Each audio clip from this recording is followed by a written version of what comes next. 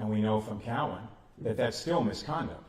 That's why each of those cases found unintentional false answers, but they went on to impose a presumption of correctness, a presumption of prejudice, and they resolved the case by analyzing whether, in fact, the state had rebutted the presumption. Now, obviously, if there had been no misconduct to begin with, there's no need to analyze whether the state has rebutted the presumption. Those cases, I'm sorry. Oh, I'm from New York. That's going to be very difficult to do, but I will try. And particularly when you read, yes, Mr. okay. Gardner, if you could slow down. Both the court reporter and I would appreciate it. Thank you. Well, the court will be pleased to know there isn't much more reading in at least my prepared remarks.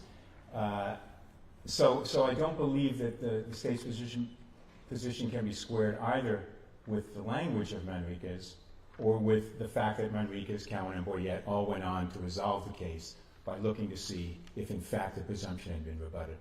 All right, if I could interrupt for a moment. Madam Clerk, can I get this pen does not work, and I'm using a red pen.